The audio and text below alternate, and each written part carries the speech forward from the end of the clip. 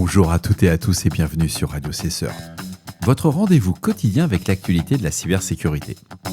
Je suis Marc-Frédéric Gomez, nous sommes le lundi 27 octobre 2025, épisode 467, et au programme aujourd'hui, une analyse approfondie des techniques d'attaque du ransomware Qilin, une vulnérabilité critique activement exploitée dans Windows Server, et plus de 100 extensions Chrome malveillantes ciblant WhatsApp Web. Nous couvrirons également la campagne Passive Neuron, menée par des institutions gouvernementales, la signature historique du traité international contre la cybercriminalité à Hanoï, ainsi qu'une amende record de 176 millions de dollars infligée au processeur de paiement Cryptomus au Canada. N'oubliez pas que l'ensemble des sources utilisées pour faire ce podcast sont disponibles sur le site de radiocesseur.org ainsi que dans la description des épisodes. On n'oublie pas de s'abonner au podcast sur sa plateforme favorite. On est disponible sur Apple Podcasts, Spotify, Amazon Music, YouTube et Deezer. Cisco Talos a publié une analyse détaillée des méthodes d'attaque du groupe de ransomware Qilin. C'est un excellent document et avant même d'arriver jusqu'à la fin de l'article, je vous recommande fortement de le lire. Au second semestre 2025, Qilin a publié que plus de 40 victimes par mois sur son site de fuite de données, avec un pic de 100 clients impactés. Alors pour eux, c'est des clients, moi j'appelle ça des victimes, en juin 2025. Le secteur manufacturier représentait 23% des cas, suivi des services professionnels et scientifiques, là on était sur 18%, et le commerce de gros seulement 10%. Concernant les vecteurs d'accès initial, Talos a observé avec une confiance modérée l'utilisation de credentials VPN compromis et diffusés sur le dark web, et dans un cas documenté, des tentatives d'authentification NTLM massives ont été détectées 2 semaines après la fuite des identifiants. Le VPN ciblé ne disposait pas d'authentification multifacteur. C'est vrai qu'aujourd'hui, avoir un VPN juste avec un mot de passe, un identifiant, c'est quand même donner le bâton pour se faire battre. Pour l'exfiltration des données, Talos a identifié l'utilisation de CyberDuck, un outil open source permettant le transfert de fichiers vers des serveurs cloud. Les logs montrent également l'usage de Notepad.exe et MSPaint.exe pour consulter des informations sensibles. Côté collecte de credentials, les attaquants ont déployé un dossier protégé par mot de passe contenant Mimikatz, des utilitaires de Nearsoft et des scripts personnalisés. Le fichier light.bat modifiait la clé de registre du wdigest pour forcer le stockage des mots de passe en clair dans mémoire, puis lance séquentiellement netpass.exe, webbrowserpassview.exe, bypasscredguard.exe, sharpdecrypt de pwd et Mimikatz. En un mot, là, vous vous êtes fait poncer. Le script parse.vbs consolide les données volées dans un fichier result.txt. Ils sont d'une simplicité, c'est juste lunaire. Et ensuite, ils vont exfiltrer vers un serveur SMTP contrôlé par les attaquants, et ce script utilise l'encodage Windows 1251 cyrillique, suggérant une origine est-européenne ou russophone, à prendre avec prudence. Talos a observé 2 modes de déploiement du ransomware. Encryptor_1.exe se propage vers le PSExec sur les hôtes, tandis que Encryptor_2.exe s'exécute depuis un système unique pour chiffrer plusieurs partages réseau. Pour la persistance, le ransomware crée une tâche planifiée nommée TV Install Restore, configurée pour s'exécuter au logon et ajuster son exécutable dans la clé de registre run. Ce fichier se nomme TeamViewer_host_setup pour imiter un outil légitime. Cisco Secure Endpoint, Secure Email et Secure Firewall et les autres solutions de Cisco détectent cette menace et le snort SID est le 65446. Lisez l'article, c'est une dinguerie, il y a des IOC, il y a une explication technique sur ce groupe d'attaquants, c'est vraiment hyper bien fait. Et je ne suis toujours pas payé. Microsoft a publié un avis concernant la CVE 2025-62813 affectant la bibliothèque LZ4 jusqu'à la version 1.10.0. Cette vulnérabilité permet à des attaquants de provoquer un déni de service par crash applicatif ou potentiellement d'autres impacts non spécifiés, lorsque l'application traite des trames LZ4 non fiables. Le problème se situe dans la fonction LZ4F create dict advanced du fichier lib_lz4frame.c, qui va gérer incorrectement les vérifications nulles, et la faiblesse est référencée sous la CWE 158 concernant la neutralisation incorrecte des octets nuls ou caractères nuls. Microsoft a signé cette CVE le 24 octobre 2025 et la mise à jour de sécurité pour Azure Linux 3.0 est disponible avec la version AZL3 LZ4 1.9.4-1. La sévérité est classée modérée.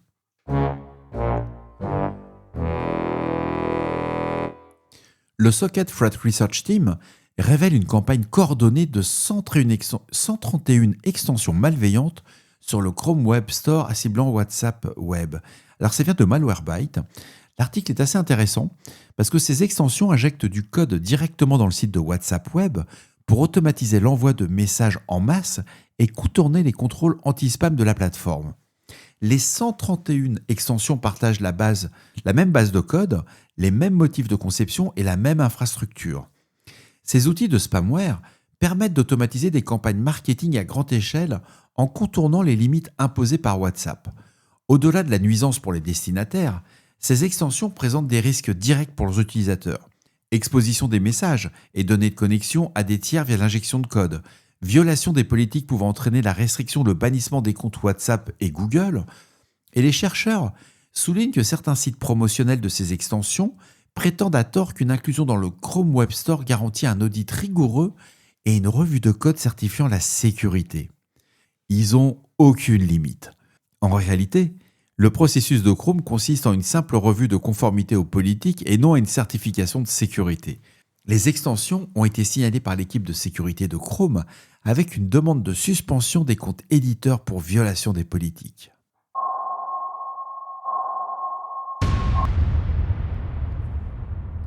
L'éditeur Kaspersky a publié une analyse détaillée de la campagne de cyberespionnage Passive Neuron ciblant des serveurs d'organisations gouvernementales, financières et industrielles en Asie, en Afrique et en Amérique latine. Après une première vague détectée en juin 2024, cette nouvelle série d'infections a été observée depuis décembre 2024. Les plus récentes datent d'août 2025. Vous voyez, on est sur le temps long. Ils sont en train de commencer par une plaque géographique, ils voient que ça fonctionne, ils vont améliorer ce qui n'a pas fonctionné, ils vont essayer en Afrique, ils vont faire ça en Amérique latine, on va faire l'Amérique centrale, l'Espagne, vu qu'on est sur des pays hispanophones, et puis après on va attaquer l'Europe. Je suis prêt à vous mettre un petit billet là-dessus. Alors le vecteur d'infection initial exploite des serveurs Microsoft SQL. Ouais, bah là déjà, c'est dur pour vous. Bienveillance. Joanne, je reste dans mon rôle de bienveillant. Mais quand tu as un serveur Microsoft SQL exposé, ouais, t'es joueur quoi.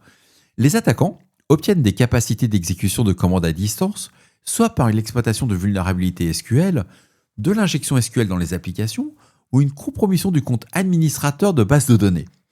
Après l'accès initial, les attaquants tentent de déployer un web shell ASPX, et face au blocage des solutions Kaspersky, plusieurs tentatives ont été effectuées avec différentes techniques.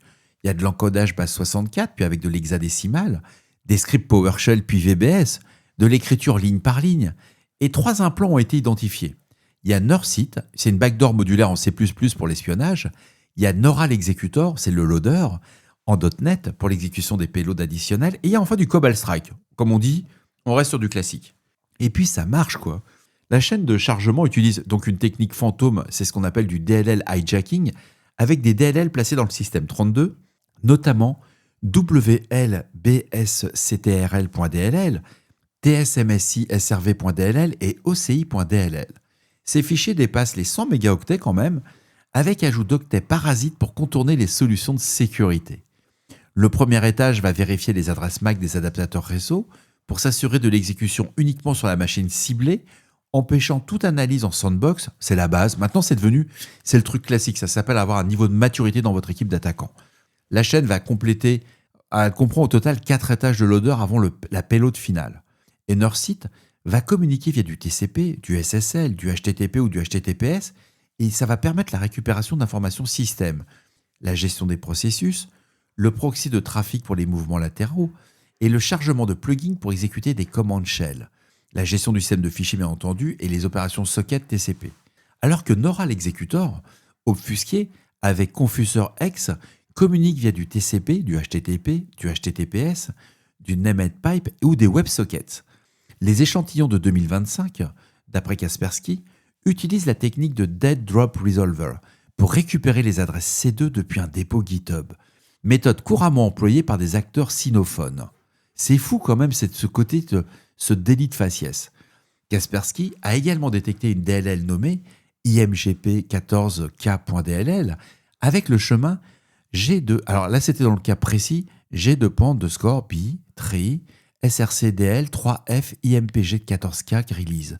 C'était référencé dans un rapport de Cisco Talos aussi, et sur les activités sont probablement, et là je dis probablement avec beaucoup de réserve, Kaspersky aussi l'a mis dans son article, à APT41. Les TTPs globaux de Passive Neuron ressemblent à ceux des acteurs sinophones, et Kaspersky attribue cette campagne à un acteur sinophone avec un niveau de confiance très faible par rapport à l'attribution.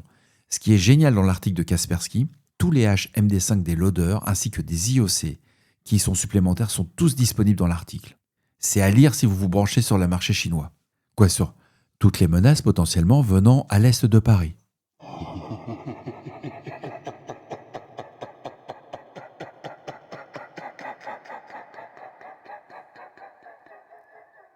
Des représentants du département d'État américain assisteront ce week-end à Hanoï à la signature de la Convention des Nations Unies contre la cybercriminalité aux côtés des délégations du monde entier. La Convention a été adoptée par consensus en décembre après 5 ans de négociations et une forte opposition des grandes entreprises technologiques et des défenseurs des droits humains. Ce traité sera ouvert à signature samedi et dimanche à Hanoï et entrera en vigueur 90 jours après ratification par au moins 40 pays.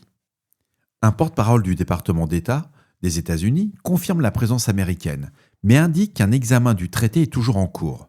Mark Knapper, ambassadeur américain au Vietnam, et des représentants de la mission américaine participeront à la signature. Le secrétaire général de l'ONU, Antonio Guterres, au moins 5 chefs d'État seront présents. Entre 30 et 36 pays devraient signer le traité de Hanoï. Il en faut 40 pour que ce soit ratifié. Alors cette convention, elle va établir un nouveau cadre de coordination entre les agences de police des différents pays pour les enquêtes sur la cybercriminalité. L'ONU la présente comme un moyen de réduire les zones de refuge pour cybercriminels et d'aider les pays en développement à mieux protéger leurs citoyens. Alors pourquoi j'ai retenu un tel article ?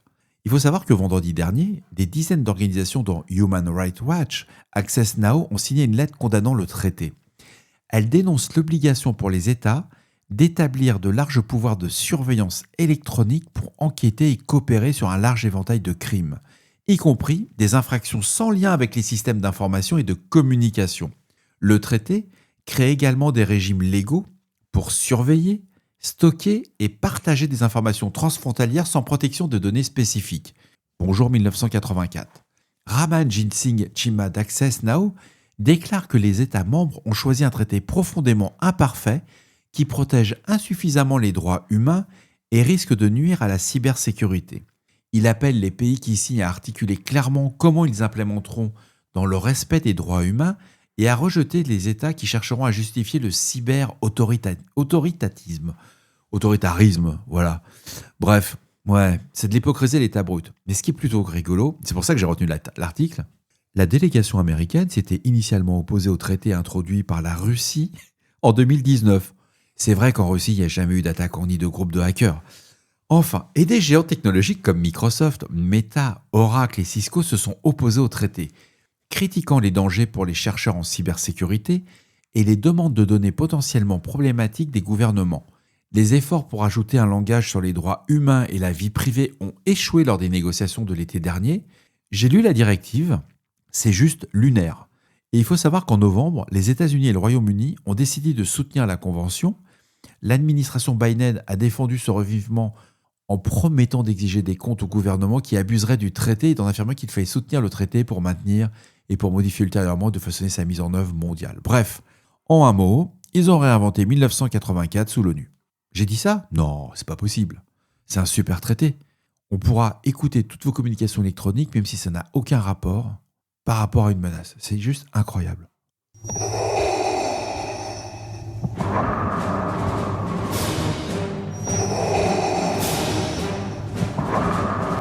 Netscope relève une campagne ciblant des comptes Discord utilisant un infostealer basé sur l'outil open source Red Tiger. Red Tiger est une suite de tests d'intrusion en Python pour Windows et Linux, regroupant des options de scan réseau, de craquage de mots de passe, des utilitaires OSINT, des outils Discord et un constructeur de malware. Bien que le projet marque ses fonctions dangereuses comme usage légal uniquement sur GitHub, sa distribution gratuite et sans condition permet un abus facilité. Non, c'est bref, on a sorti de l'armurerie, on a une arme, je dirais, d'assaut, et elle est en diffusion totalement légale. Les attaquants vont compiler le code de Raid Tiger avec le Pi installer pour créer des binaires autonomes nommés avec des références de gaming ou de Discord.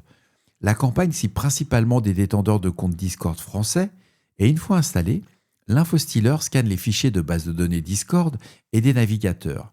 Il va extraire tous les tokens en clair, chiffrer via regex, valider les tokens et récupérer des informations de profil, email, authentification, multifacteur et abonnement. Le malware injecte du JavaScript personnalisé dans le fichier index.js de Discord pour intercepter les appels API et capturer les événements comme les tentatives de connexion, les achats ou changements de mot de passe. Il extrait également les informations de paiement stockées sur Discord, incluant PayPal et carte de crédit. Dans les navigateurs, Red Tiger collecte les mots de passe sauvegardés, les cookies historiques, carte de crédit, extension. Il va aussi capturer des captures d'écran du bureau. Il va scanner le système de fichiers pour tout ce qui est fichiers .txt, .sql et .zip. Ces données collectées sont archivées et uploadées sur un GoFile, un service de stockage cloud qui permet des uploads anonymes. Le lien de téléchargement est ensuite envoyé à l'attaquant via un webhook Discord avec des métadonnées de la victime. Et pour l'évasion, Red Tiger dispose de mécanismes anti-sandbox et se termine lors de la détection de debugger. Et ce malware va générer 400 processus, ouais, vous avez bien entendu, 400 processus. Il va créer 100 fichiers aléatoires pour surcharger l'analyse forensique. Les vecteurs de distribution incluent les canaux de Discord, des sites de téléchargement de logiciels malveillants, des posts de forums, du malvertising et des vidéos YouTube.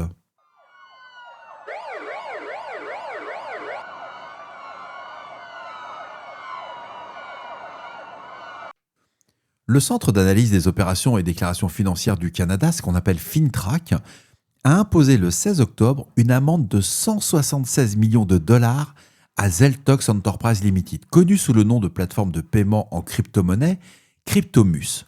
Alors FINTRAC a constaté que Cryptomus a omis de soumettre des déclarations de transactions suspectes dans des cas où il existerait des motifs raisonnables de soupçonner qu'elle est liée au blanchiment de produits provenant de trafic matériel, d'abus sexuels d'enfants, de fraude, de paiement de rançongiciel et de contournement de sanctions. Sarah Paquette, directrice et PDG de FINTRAC, déclare que compte tenu du lien de nombreuses violations avec le trafic de matériel d'abus sexuels d'enfants, donc on parle de pédopornographie, la fraude, le paiement de rançongiciel, le contournement des sanctions, donc c'est sur des pays qui sont sous sanctions type la Corée du Nord, Angola, etc. L'agence était contrainte de prendre cette action d'application sans précédent. C'est vrai que c'est rare de voir un processeur de paiement payer une telle amende. En décembre 2024, une enquête de l'analyse blockchain, Richard Sanders, avait révélé que 122 services de cybercriminalité utilisaient tous Cryptomus, incluant des hébergeurs bulletproof comme Anomv, W.tf, PQ Hosting, des sites vendant des comptes email, des cartes de crédit ou des réseaux sociaux. Et Sanders a identifié au moins 56 plateformes d'échange de crypto-monnaies utilisant Cryptomus pour traiter les transactions avec des entités portant des noms comme Casher.su, Chromebot, Flymoney, Obama.ru et Swap.is. Ces plateformes, construites pour un public russophone, permettaient l'échange anonyme de crypto-monnaies et la conversion en espèces sur des comptes de grandes banques russes dont la quasi-totalité sont actuellement sanctionnées par les États-Unis et d'autres nations occidentales. L'amende de 176 millions de dollars représente un montant significatif pour FINTRAC qui a imposé 23 pénalités l'année dernière, totalisant moins de 26 millions de dollars. Donc sur un coup, sur une amende, ils ont explosé le compteur. Une enquête de CTV National News et de l'Investigative Journalism Foundation, publiée en juillet 2024, c'est un peu vieux quand même, a documenté des dizaines de cas au Canada où plusieurs entreprises de services monétaires sont enregistrées à la même adresse, souvent sans la connaissance ou le consentement de l'occupant réel du lieu. Il faut savoir que l'adresse de Zeltox Enterprise à Vancouver était listée comme domicile d'au moins 76 marchands de devises étrangères, 8 entreprises de services monétaires et 6 plateformes d'échange de crypto-monnaies dans un bâtiment de 3 étages abritant une clinique de massage, de thérapie et un espace de coworking. Ils sont extraordinaires, nos amis canadiens. Neural Trust révèle une vulnérabilité d'injection du prompt dans le nouveau navigateur d'OpenAI Atlas, lancé la semaine dernière.